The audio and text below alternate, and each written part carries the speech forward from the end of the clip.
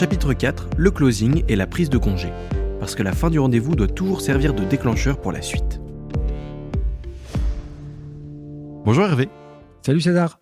Alors Hervé, là, avant de conclure cette série de podcasts, j'ai envie justement qu'on parle de la conclusion et de la conclusion d'un rendez-vous client. On va parler du closing et de la prise de congé. Pour commencer tout bêtement, qu'est-ce que c'est que le closing ? C'est sans doute l'une des étapes les plus importantes dans un rendez-vous de business. C'est cette étape qui fait que, à la fin de mon rendez-vous, je vais pouvoir réaffirmer l'engagement de mon client. Je vais pouvoir m'assurer que ce qu'on s'est dit, que les objections ont été claires, que les arguments sont alignés et que mon client, il est prêt, pourquoi pas en direct ou avec les quelques informations complémentaires, à s'engager à minima verbalement ou pourquoi pas dans certains business à la signature. Donc le closing, il n'y a plus aucun tabou. Ouais, le closing, c'est vraiment se dire comment je close ma vente pour idéalement repartir en me disant si j'ai pas signé mon bon de commande, comme on dit, au cul du camion, je remonte dans ma bagnole ou dans mon train ou sur mon vélo et je me dis il y a quand même 80-90% de chances qu'il signe. Ça sert à ça le closing. Donc ça passe par une formulation très directe de voilà, on a évoqué ça là-dessus sur tel sujet qui était un peu problématique, où est-ce qu'on en est ? Oui. L'idée, clairement, c'est on a passé à peu près 1 heure ensemble. Avant de se quitter, avant la prise de congé, qu'on verra juste après, je vais dire à mon client, on a abordé un certain nombre de sujets, vous m'avez présenté votre société, je vous remercie, je vous ai présenté la mienne, et on a abordé un certain nombre de sujets, et notamment des points clés pour vous, pour envisager notre partenariat.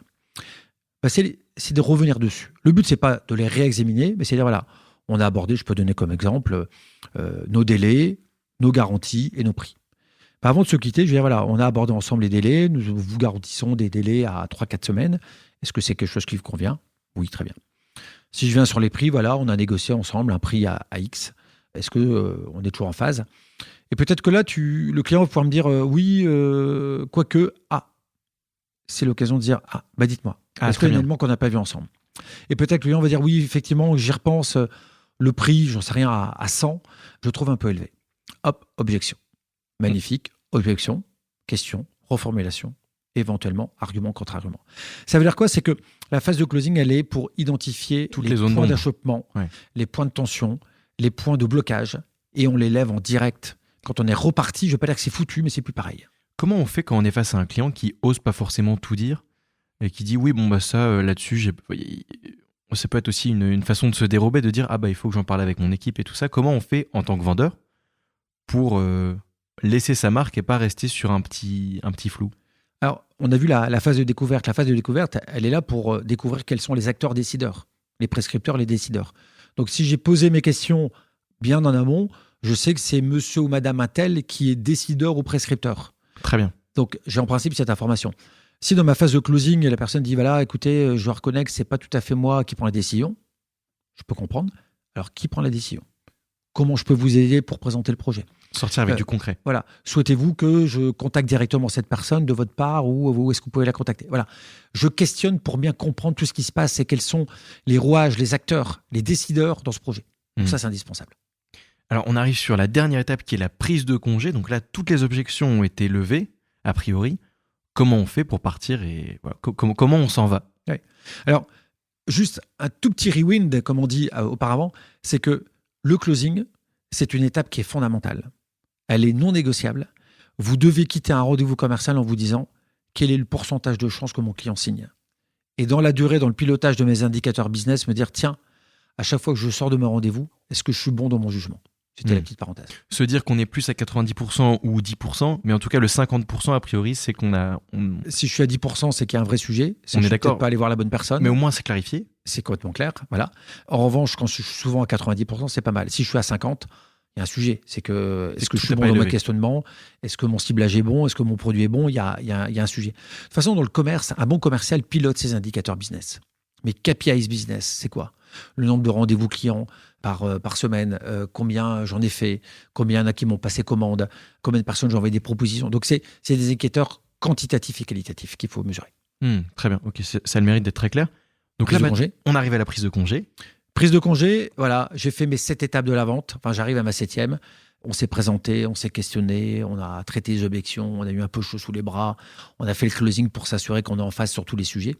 Et puis, tiens, tu veux que je te raconte une petite histoire sur un vrai closing ? Vas-y, avec plaisir. Ouais. Il y a quelques années, je travaillais dans le recrutement Et puis, je vois une DRH avec qui j'ai l'habitude de travailler. On représente l'entreprise, on représente l'offre. Et puis, je lui présente la garantie des candidats, parce que dans le recrutement, on garantit le candidat. Ouais. Et puis, on arrive sur le prix. Puis, je lui dis, écoute, voilà, Françoise, nous sommes à 25% de la rémunération brute annuelle du candidat. Écoute, super, etc. Et puis, avant de se quitter, je fais mon closing. Voilà, Françoise, on a abordé un certain nombre de sujets, le profil du candidat, on est bien sur tel type de profil, oui.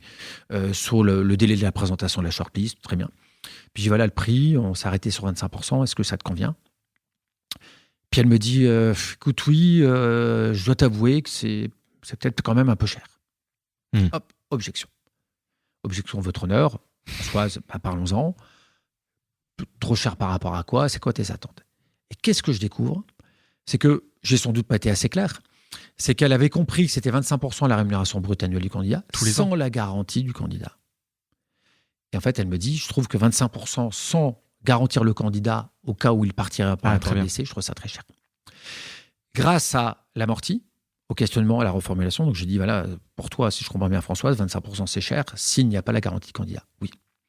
Et donc là, j'ai pu recommencer à argumenter, dire, écoute, j'ai sans doute pas été assez clair, je vais te rassurer, nos offres ont pour caractéristique de garantir la garantie du candidat, ce qui pour toi est un réel bénéfice, puisque, bien évidemment, on n'aime pas remplacer un candidat ou une candidate, mais ça te garantit, tu as ce bénéfice qui te permet effectivement de dire, je peux te sécuriser là-dessus. Est-ce que c'est plus clair pour toi ?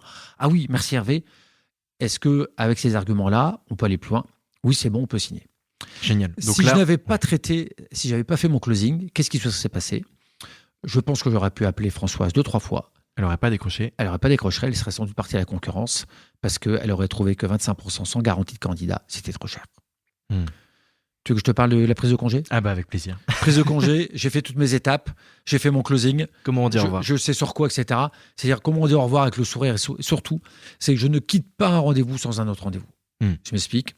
Je quitte avec un rappel sous quelques jours pour donner des informations.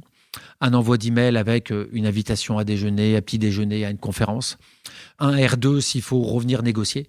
Mais si vous partez en disant, écoutez, on a passé un super moment, à la prochaine, c'est qu'il faut changer de métier. Vous faites perdre votre temps sans doute à vos interlocuteurs, c'est même s'ils ont passé un bon moment, c'est qu'à un moment, quand je suis vendeur, je suis là pour vendre. Donc c'est quoi le coup d'après ? Une invitation, des informations complémentaires, un catalogue qui est envoyé, un nouveau rendez-vous, j'en sais rien. Mais il y a forcément un step d'après. Parce que le step d'après, à un moment ou à un autre, il ne faut jamais oublier. Si vous êtes vendeur, il faut vendre.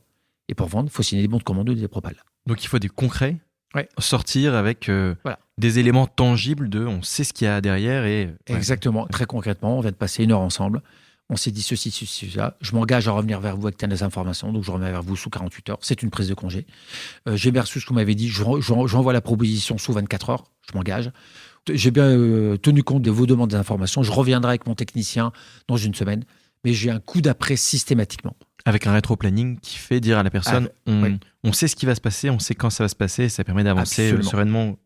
Avec des informations très claires, des engagements nets, parce que nos clients, on les aime, et pour le prouver qu'on les aime, on s'engage, on est pro, on est sérieux. Ça a le mérite d'être très clair. Est-ce que tu as envie de donner un mot de la fin ?